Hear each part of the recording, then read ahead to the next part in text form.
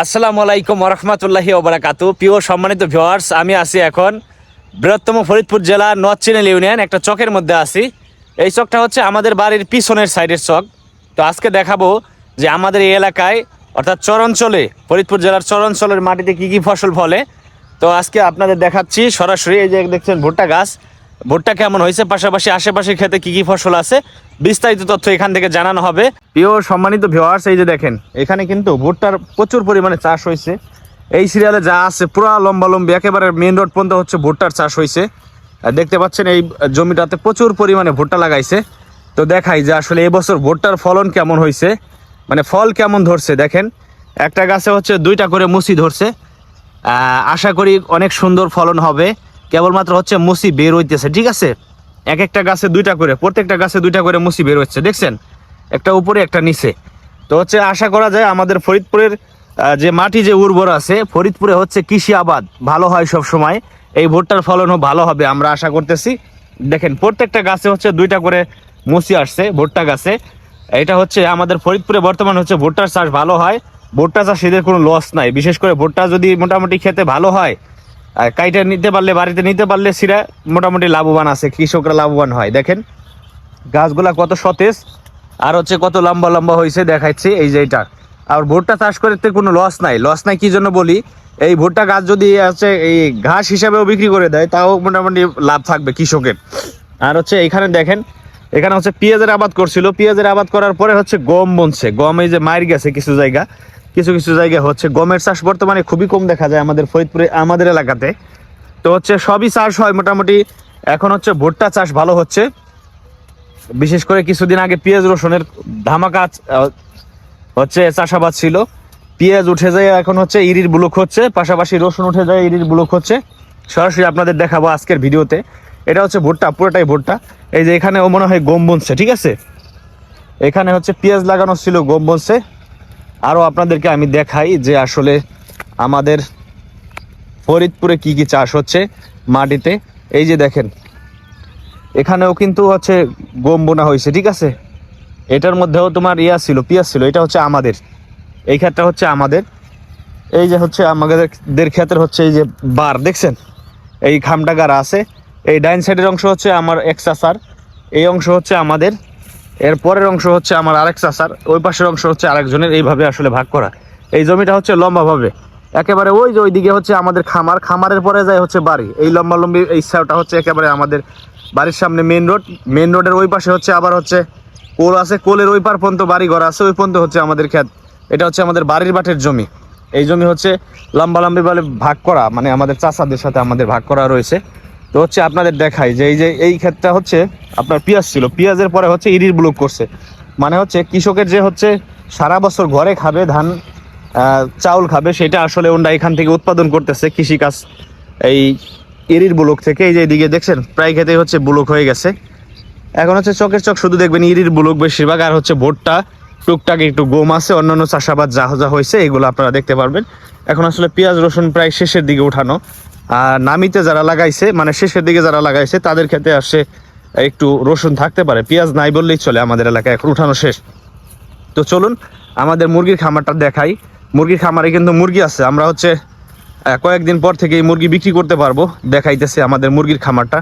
এই যে এই খামারটা হচ্ছে আমাদের মুরগির খামার, ব্রয়লার মুরগির খামার।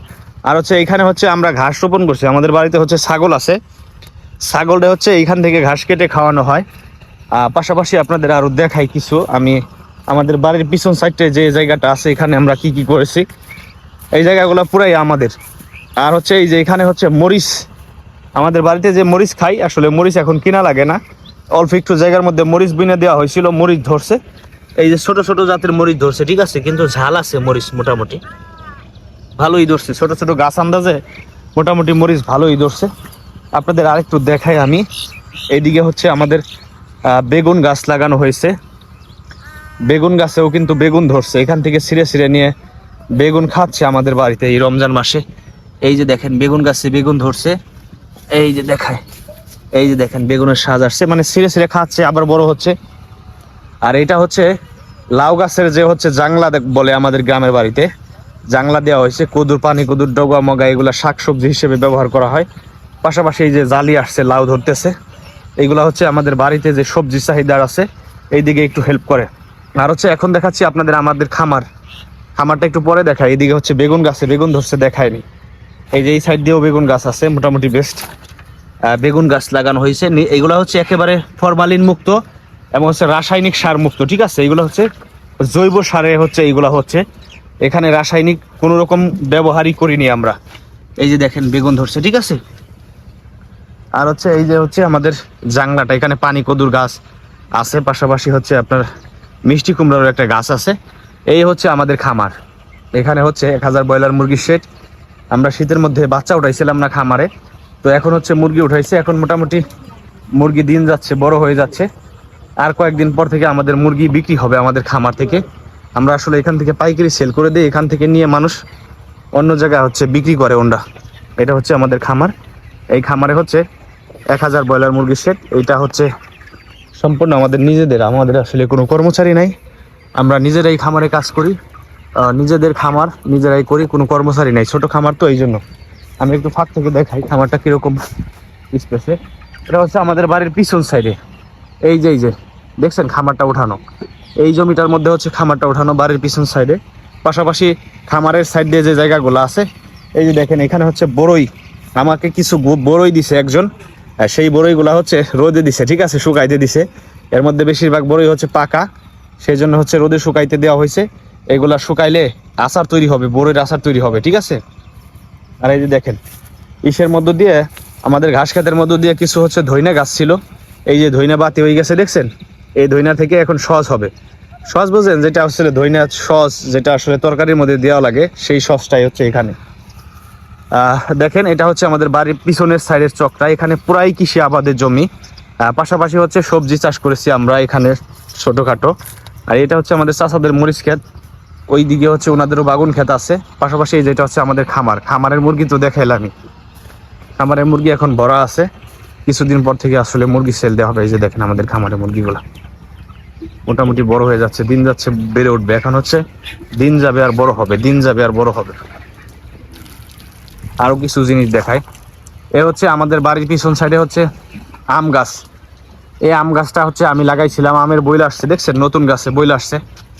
বইলগুলো থাকলে হয়, এই যে বইল আসছে দেখছেন, আম ধরবে আশা করি ছোট ছোট গাছে। আমাদের বাড়ির আসলে বড় গাছগুলা কেটে ফেলা হয়েছে, এই জন্য হচ্ছে আম আমাদের কিনেই খেতে হয়। এই যে ছোট গাছে বইল আসছে, এই গাছগুলা গত বছর আমি লাগাইছিলাম। এই যে ছোট গাছে বইল আসছে দেখছেন, এগুলো ছোট ছোট গাছ, 1 বছর 1.5 বছর হয়েছে এই গাছগুলোর বয়স, কলমের গাছ।